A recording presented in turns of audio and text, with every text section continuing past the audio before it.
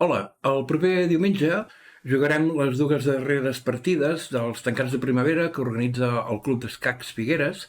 De moment tenim un líder, que és en Pol Ortiz, que només té 14 anys. S'ha empatat amb la Laura Vinyoles, de moment el desempat l'afavoreix, i la Laura potser les dues darreres rondes té partides més difícils, així espero, perquè he de jugar amb ella. Llavors, us volia ensenyar una partida d'en Pol, perquè realment està jugant molt bé, tot i que ell no ho reconeix, però sí que se li nota i ja ho veureu. Abans d'ensenyar la partida, perquè és una partida en la que jo perdo, per tant, he de posar alguna excusa, llavors vaig a buscar en Tartakower. En Tartakower era rus, però he mirat la llista dels que no es poden parlar i ell no hi surt, per tant, sé que se'l pot citar. En Tartakower va dir que mai havia guanyat ningú que estigués bé de salut. És una frase per reflexionar.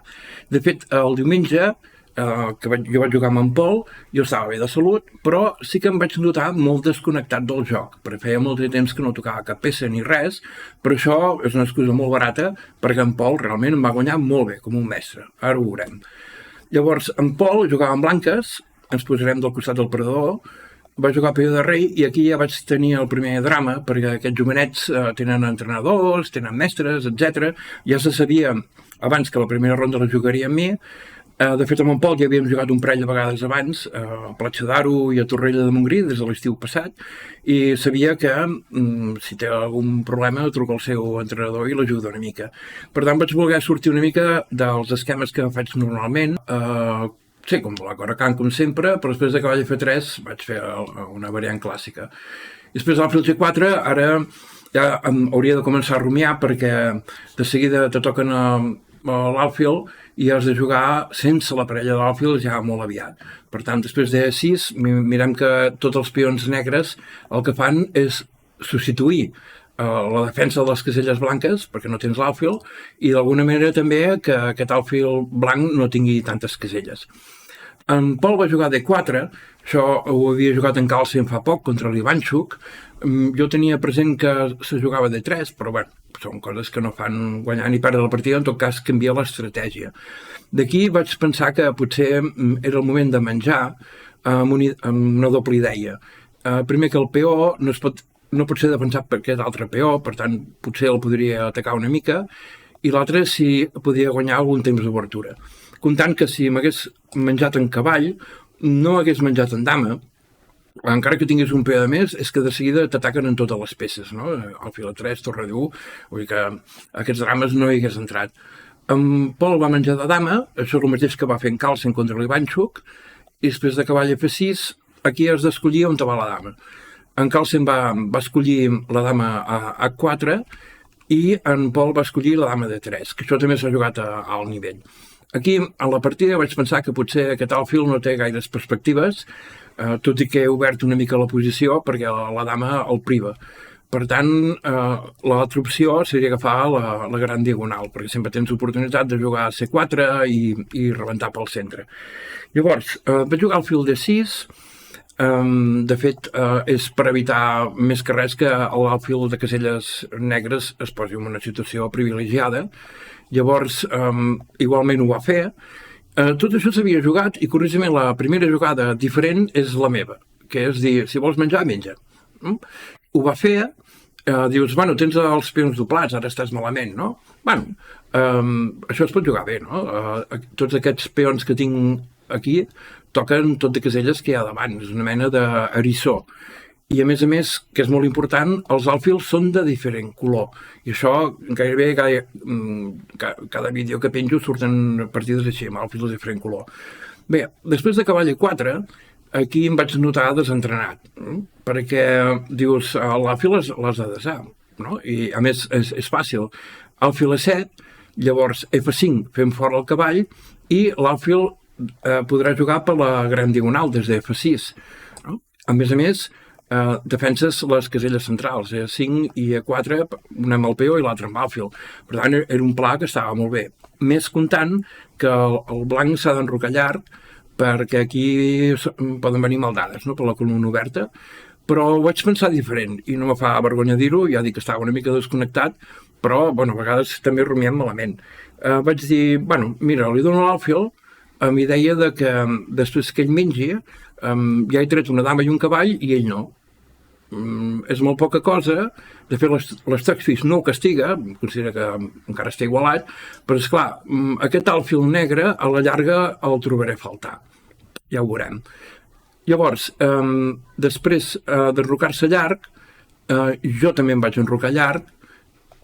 Llavors, aquí no hi ha cap mena d'atac, no? Perquè el rei blanc no està darrere, però de moment esperes que tampoc te vinguin maldades per davant, no? Perquè també el rei negre quedaria una mica despullat. El rei blanc, perdó, quedaria una mica despullat. El que sí, sempre tindrà una ruptura de 5, que sempre és el que he d'estar mirant. Llavors, coses com F5, que està bé, no? En principi, no? Agafes una casella central i tens allò cavall aquí, cavall E4, aquest cavall és inestable. De fet, és una dels canvis més grans que hi ha a la posició, que és que el cavall lluita contra l'alfil de caselles blanques. Què és millor, un o l'altre?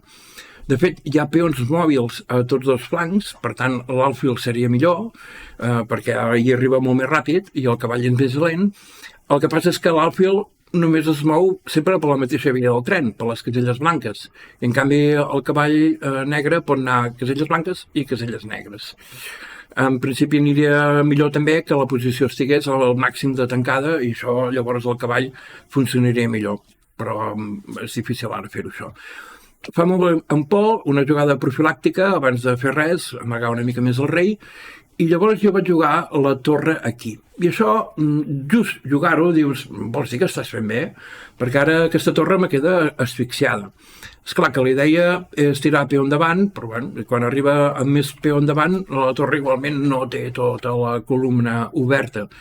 En tot cas, sempre comptava amb això, no? Què farà amb el seu alfil? Al jugar G3, vaig dir, no està pas tan malament pel negre, perquè tinc un punt de ruptura aquí, no? Amb F5 i F4, i llavors pot ser que puc justificar que tinc les dues torres aquí juntetes.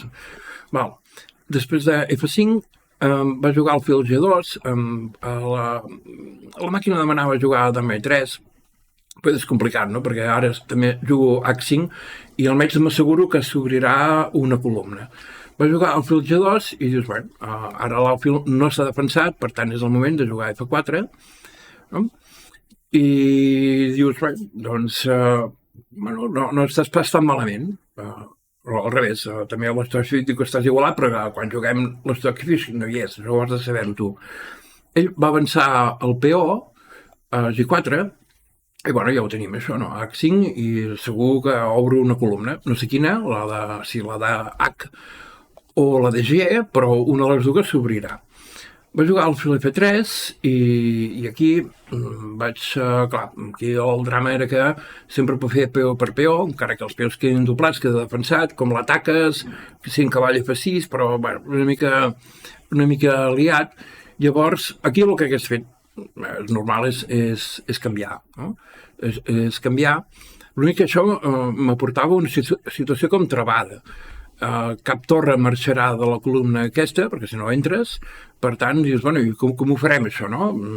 Ningú canviarà, ell sí que pot fer-ho, perquè té l'alfil defensant H1, per tant, sí que després de canviar pot fer torre per torre i jugar a l'altra torre, jo això no ho puc fer-ho. Llavors era pensar, bé, canviem totes les torres i queda dama i cavall contra dama i alfil. Què és millor? Si heu llegit les mentides arriesgades d'en Lluís Comas, ell va dir, sempre s'ha dit que dama i cavall és millor, però ell va fer un atac estadístic, fent servir el chessbase, i va veure que no era veritat. El que passa és que era un atac simplement estadístic, no analitzar una partida darrere l'altra, perquè encara hi seríem. Però potser era la millor opció canviar totes les torres, jugar dama i cavall contra dama i alfil i aviam què. I aquí em vaig equivocar, vaig tancar. Això és un error de concepte molt important. El que vaig veure era que el meu cavall pot fer un caminet o per aquí, després anar a H7 i jugar a G5, i aquí ningú el pot fer fora, i des d'aquí doncs, tocaria aquest peonet, per tant deixaries algú lligat allà, o bé, si és que l'alfil és tan millor que el cavall, potser el podria canviar. Veurem que aquest pla no és bo. Bueno, està ben pensat, però pel camí no funciona. En Pol, amb bon criteri, a part de la torre que està allunyada, la porta cap al centre, i ara tinc un altre problema, no? Que és que les casilles centrals, tant aquí com aquí, si se'n va el cavall, no les puc defensar. Si ho fes amb algun peó, llavors me quedaria el peó D6 amb una columna oberta i seria mort. I això, dius, bueno, potser compensa el camí del cavall que us he ensenyat abans, no? Així que el vaig fer igualment, i aquí en Pol hagués hagut de fer una jugada. De fet, jo la vaig veure després de jugar. Mentre ell rumiava, vaig dir, ai, que estàs ben mort. Per què estic mort? És a dir, sense entrar a calcular, simplement hem de veure una cosa, no? Que les meves torres no juguen, estan aquí travades, i les seves torres sí que juguen, aquí hi ha gent, i segons com, amb raig X, aquesta torre de D1 està atacant la dama. Val? I a més, segons com, podíem trobar entrades de les torres contra el meu rei. El meu rei s'està quedant sol.